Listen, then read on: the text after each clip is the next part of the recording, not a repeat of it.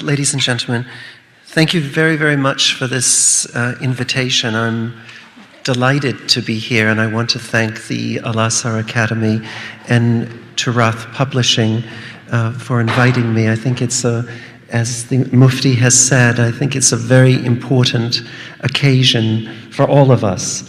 And it's certainly important for someone such as myself outside the community. I've read the book, and I know its greatness, and I'm happy here to commend it to you. It's a particular privilege for me to speak at the launch of this book by my friend and colleague, Dr. Muhammad Akram Nadwi. I will embarrass him by saying, which is the truth, he is a model of engaged scholarship, a man who knows the principles and the traditions of Islam with great learning. He displays this learning without ostentation, with humility, but he writes about it with unquestioned authority. Over the years, I've learned more from this one distinguished individual with his quiet demeanor and his unpretentious scholarship, more than I've learned from all the books of Orientalist scholarship. But no one should assume that this sort of gentle and unassuming scholarship should be taken for granted. Gentle and humble as he is, he's certainly not lazy or inactive. Indeed, he puts me to shame. These are just some of his recent books. He puts me to shame by the number of works that he produces in Urdu, Arabic, English, no less, on all aspects of hadith, fiqh, Islamic history. You know, this is an industrial strength scholar. This is someone who produces and produces well. And I'm very impressed in a sense that I have him as a colleague in order to be able to learn from him. I hasten to say that I get no commission from the sales of the books, but I'm still delighted to endorse it nevertheless. I think that you perhaps should look at it very carefully, and I encourage you to read it. The publishers, Turath Publishing, have beautifully produced a work, I think, of great charm and subtlety, for which I congratulate them. Well, if I might make a few comments generally, which are suggested by the book and perhaps more broadly, I think that the publisher and the author have given us, above all, a timely and an important corrective to popular misperceptions of a traditional institution in Islam, one which is traditional, but also one which is modern. The Madrasah has attracted considerable attention, even notoriety, since the unsettling events of September 11th. And you know that it's widely believed, particularly among Western policymakers, that these schools and colleges are the training ground for radical activities and directly sustain terrorist activities such as Al-Qaeda. No one a decade ago would have anticipated that a traditional educational institution such as this would have occupied a central place in the discussions between the President of the United States and the President of Pakistan. But this is exactly what occurred in February 2002, when President Bush, in a sense, lectured the Pakistanis about the need for a modern, quote-unquote, educational system that trains children in basic sciences and reading and maths and the history of the Islamic world. President Musharraf conceded that although madrasas provide an important social welfare function, lodging and training the poor in particular, their weakness, in his words, lies in quote-unquote religious teaching. He assured the president that fundamental reforms to the curriculum would follow, reforms which would emphasize science, mathematics, English, and would allow madrasa students to be brought, quote, into the mainstream of life, unquote. And similar arguments have been heard about the madrasas of the Middle East, Africa, Southeast Asia, and governments under pressure, particularly from Western donor agencies and the United States, have pledged to reform them. Well, I think it's precisely this sort of stereotypical image that we have of madrasas that this book dispels. There is no doubt that the madrasa suffers today from a serious public relations problem. It's little understood, and it has become a symbol of extremism. It has been caricatured in this way, and in so doing, it has further complicated our attempt to understand Islam. I think it is the singular achievement of Muhammad Akram Nadvi that he counters such misunderstandings by providing the first full exposition that we have of the daily life of a madrasa student. In so doing, he provides for us a rounded picture, a fuller picture, one which suggests that it's more complex than these stereotypes would hold, one that says that the madrasa is intellectually challenging, spiritually charged, and not antiquated or destined to be out of touch with the modern world.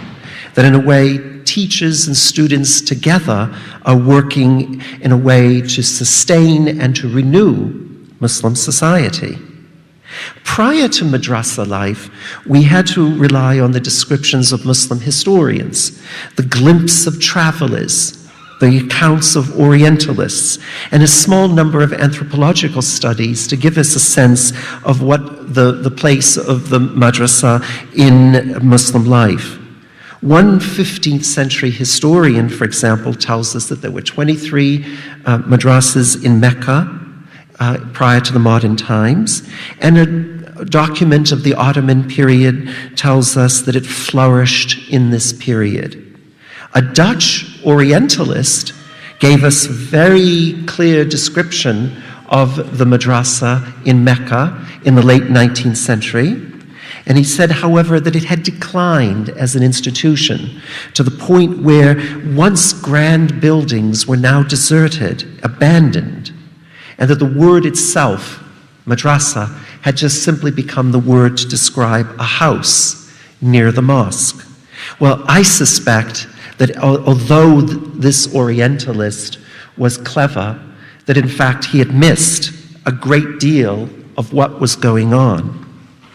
By way of contrast, Dr. Nadvi's account, in this sense, is the best of participant observation. It reports on the structure of higher madrasa education, but it also imparts the ambiance, the intellectual excitement, the enthusiasm that occurs within the madrasa. Teachers unforgettably appear in this book in various portraits.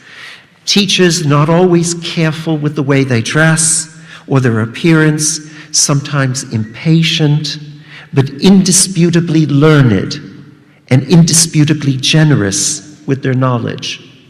It's also reassuring to find that however motivated they are, I was pleased to see that students remain students.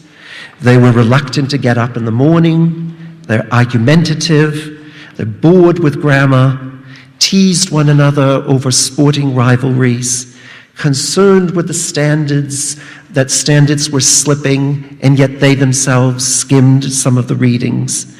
Students are students everywhere, even in the madrasa. But yet, the environment was much more cultured, I think, than what we've seen in the typical Western school or college, with poetry and literary criticism, a common entertainment.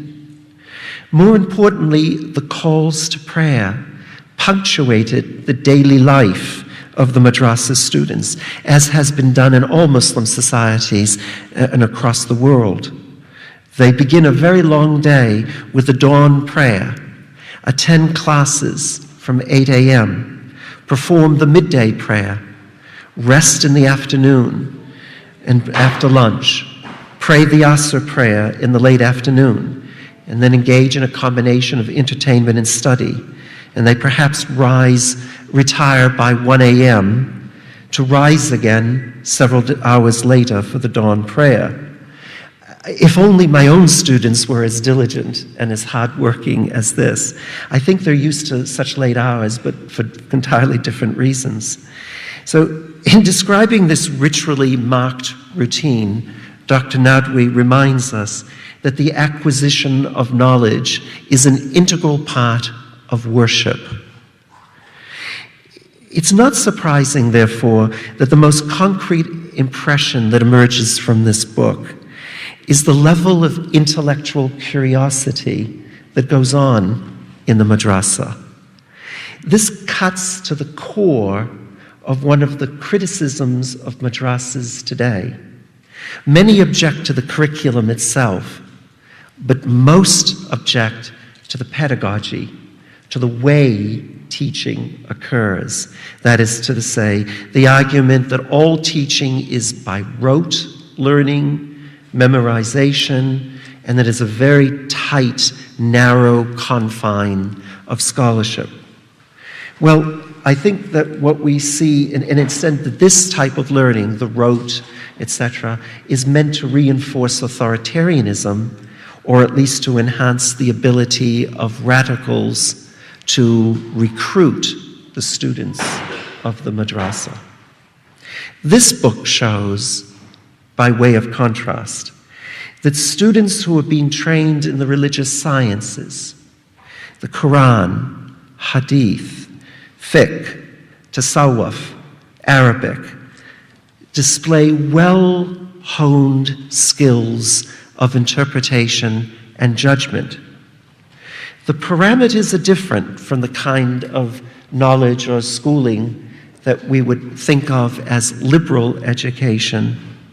But it is clear that working within this structured framework allows for focused rules of engagement, intellectual engagement. As Dr. Nadwi shows, students are perfectly capable of questioning the competence of scholars in one field while admiring their contributions in another, or suggesting that their own train of thought leads to a variant conclusion without questioning the validity of the basic inquiry. So, quite contrary again to the stereotype, a whole form of intellectual engagement emerges. Muhammad Akram Nadwi offers an acutely observed portrait of the student intent on acquiring this knowledge. From an insider's vantage point, he takes us into a world most of us normally do not enter. And they help us to appreciate the rich intellectual heritage and the traditions and the lively debates that go on within Islamic educational institutions. The contribution of madrasa life is significant. It counters the assumptions today, especially in the West, that madrasas are inevitably anti-modern and marginal. Well, I cannot avoid referring to the larger implications of today. It's particularly fitting, I think, that we have the launch of this book on this day, 7/7, the anniversary of a tragic day in our history. That and the events of the past week in London and Glasgow have put the spotlight once again on Muslims and Islam. We all know that there's a long history here of interaction between Islam and the West. There were certainly moments of mutual knowledge. There were moments of mutual exchange that were constructive.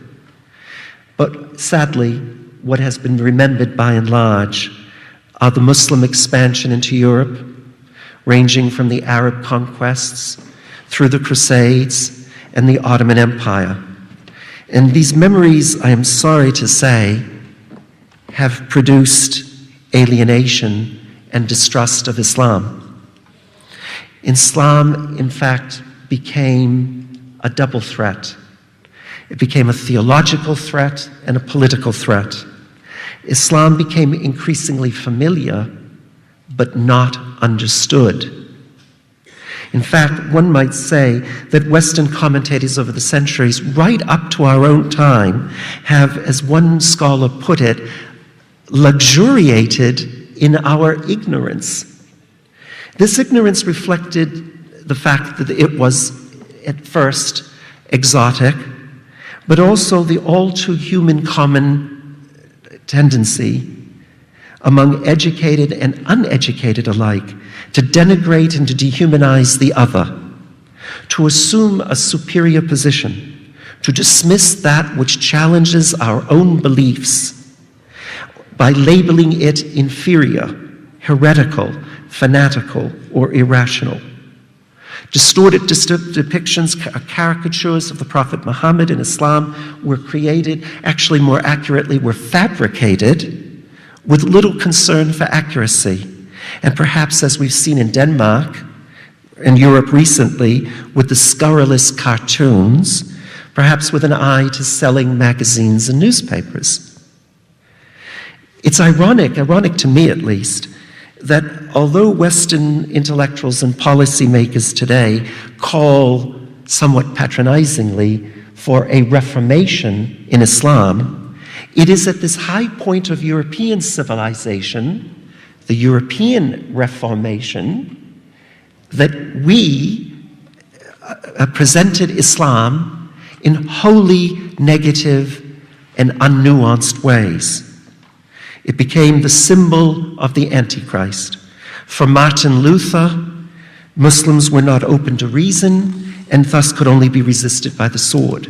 In later centuries, Islam continued to be used as a foil for authors who championed the Enlightenment principles and virtues. Voltaire, I think many of you will know, entitled his book on the Prophet Muhammad, Fanaticism, and portrayed him as a theocratic tyrant. And Ernest Renan famously dismissed Islam as incompatible with science and the Muslims as, quote unquote, listen to this, incapable of learning anything or of opening themselves to a new idea, unquote. This, despite the deep learning, the deep legal learning that emerged by the 3rd and 4th Islamic centuries, this, despite the glories of Islamic science and philosophy in the Abbasid period, this, despite the flourishing of social and political thought in the late 19th and 20th centuries. Sadly, these stereotypes of a static, irrational, retrogressive, anti-modern Islamic tradition were perpetuated by modernization theorists in our own time. So we have all of this as a sort of historical memory. And in a way, what they have done is given us a number of generalizations, which perhaps are understandable as a way of making sense of a complex life. But we should call them what they are. They're patently simplistic, and they amount to profiling on a global scale. Now, British Muslims have naturally been unable to escape this climate of mutual suspicion. And I think there has been endless talk, and we hear it every day now, about the training of imams and what Muslims want. It's not for me to say what Muslims want, but I should think that the chance to be full citizens is chief among them. It seems to me that the Western political order has conventionally been predicated on several assumptions: freedom, equality, the rule of law. To my mind, Muslims in the West, in Britain, are not rejecting these principles. In fact, they're merely asking that they should be extended to them. I think much progress has been made, and we shouldn't lose sight of it. I am humbled by the fact that in this room there are people who are working every day in community relations, in organizations, in the prisons. There is a great deal of progress. We see this in the provision of halal food in the schools, the proliferation of mosques on the landscape, the development of Muslim schools, even the encouragement of Muslim social organizations. And if I may say so, Muslims themselves have an immense responsibility here in shaping the future, a responsibility to fellow Muslims, to the larger national society, and to Muslims abroad. To my mind, it's nothing less than this. You are the shapers of Muslim pluralism. And to the extent that you're successful, the implications for the Western Islamic encounter are momentous. So I think that we have a great deal of problems and responsibilities before us. Tolerance is what we needed, what was needed. Simply a minimal form of getting on, rubbing along together isn't enough. We need to figure out whether or not multiculturalism can survive in the future and how minorities connect to the broader civic order is something which we need to think about. Social tolerance is a work in progress. This requires the work of the entire citizenry, but it also requires scholarship from both the government and the minority communities. So let me just conclude on this point. I've just said that leadership is important, and I think leadership comes in several forms. And perhaps the most enduring form of leadership, the most penetrating in the long run, is scholarship. Muhammad Akram Nadwi's sweet and elegant book may seem to take us away from the trials and tribulations of conflict and radicalism, but in showing us the depth, the serenity, and the beauty of Islamic learning, he reminds us of what is truly important: faith, knowledge, and piety. These must, not just can or should, these must guide the development of society. It is an insight not just for Muslims, but for all of us.